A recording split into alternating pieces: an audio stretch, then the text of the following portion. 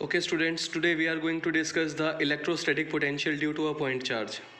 ठीक है, हमारा जो फिजिक्स है, फिजिक्स में एक चैप्टर है, उसमें एक टॉपिक है electrostatic potential due to a point charge, और जो हमारा जो चैप्टर है, चैप्टर का नेम है इलेक्ट्रोस्टैटिक.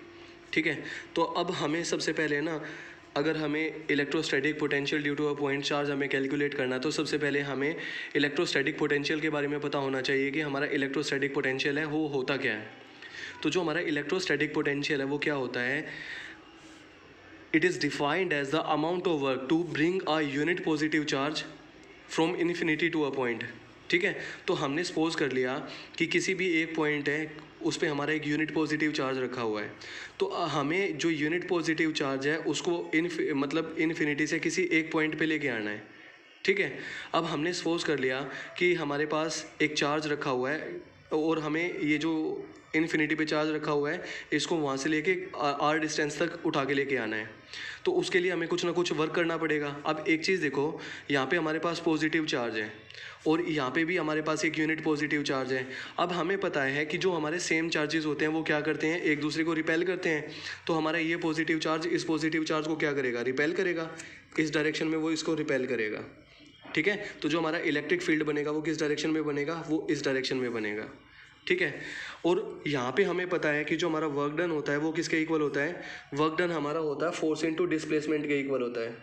ठीक है ना, और हमें पता है कि जो हमारा वर्क डन है एक स्केलर क्वांटिटी होती है, so it will be equal to F vector dot d s vector के इक्वल होती है, डी एक्स वेक्टर. ठीक है ना.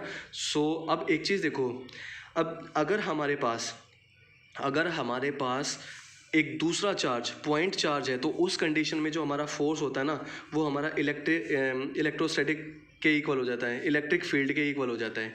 कैसे होता है, अब हमारे according to the Coulomb's law जो हमारा फोर्स होता है वो किसके इक्वल होता है, 1/4 pi epsilon naught Q1 Q2 by r square के इक्वल होता है कि नहीं होता है. और जो हमारा E होता है, E की वैल्यू किसके इक्वल होती है, वो फोर्स बाई Q के इक्वल होता है. ठीक है, तो फोर्स की वैल्यू अगर हम यहाँ पे पुट कर देंगे तो हमारे पास क्या आ जाएगा, 1/4 पाई एप्सिलॉन नॉट.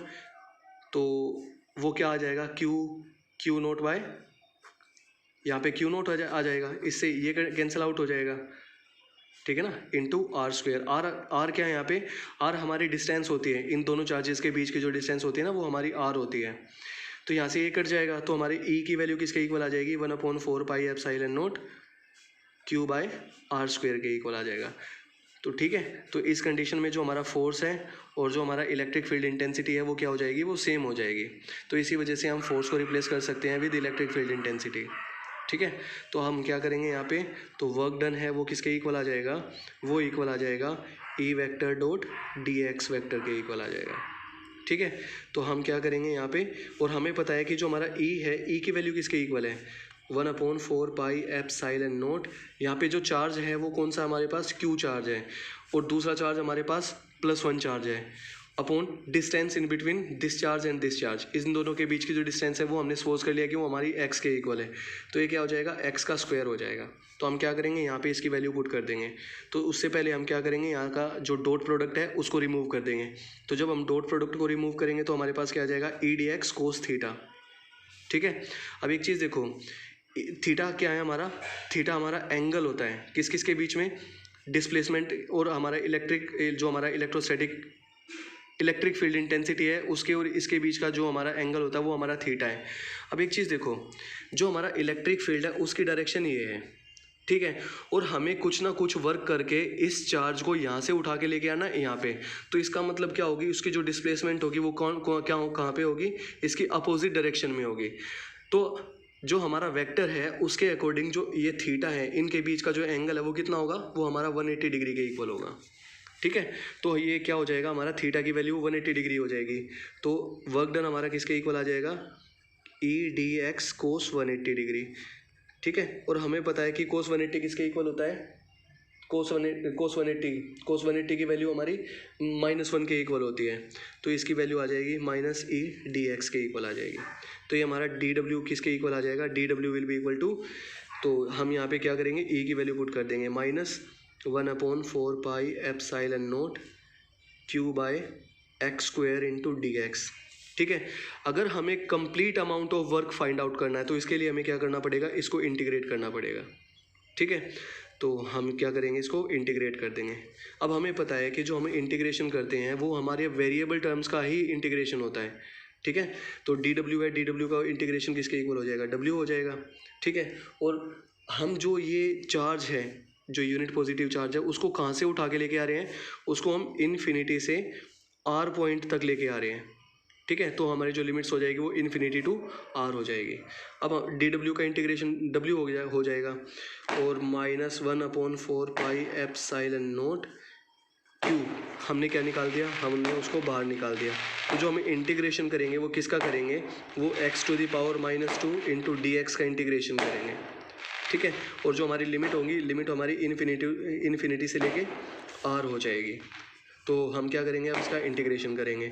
तो जो हमारा इंटीग्रेशन होगा वो किसके इक्वल होगा, 1/4 पाई एप्सिलॉन नॉट।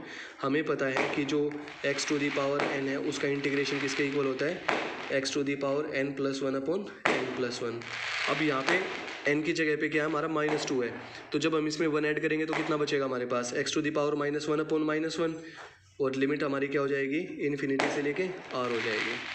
अब देखो नेगेटिव साइन से नेगेटिव साइन कट जाएगा, तो हमारे पास क्या बचेगा, q/4 pi epsilon not into 1/x, और लिमिट्स हमारी क्या हो जाएगी, इन्फिनिटी से लेके आर। अब हम क्या करेंगे, इसकी लिमिट्स पुट कर देंगे, upper limit minus lower limit. ठीक है, तो जैसे ही हम इसकी लिमिट्स पुट करते हैं तो हमारे पास क्या आ जाएगा, हमारे पास आ जाएगा 1/4 पाई एप्सिलॉन नॉट q/x, क्योंकि 1/∞ किसके इक्वल हो जाएगा, 0 के इक्वल हो जाएगा। तो जो हमारे इलेक्ट्रोस्टैटिक पोटेंशियल है वो किसके इक्वल हो जाएगा, वो इक्वल हो जाएगा 1/4 पाई एप्सिलॉन नॉट q/x के इक्वल आ जाएगा। ठीक है, क्योंकि इस कंडीशन में हमारा जो इलेक्ट्रोस्टैटिक पोटेंशियल है वो हमारा वर्क के इक्वल है। ठीक है ना, क्योंकि हमें जितना वर्क करना पड़ेगा वो किसके अकॉर्डिंग करना पड़ेगा, जितनी इसकी पोटेंशियल है। ठीक है, चार्ज की हमारी पोटेंशियल है, तो इस वजह से वी हमारा डब्ल्यू के इक्वल आ जाएगा।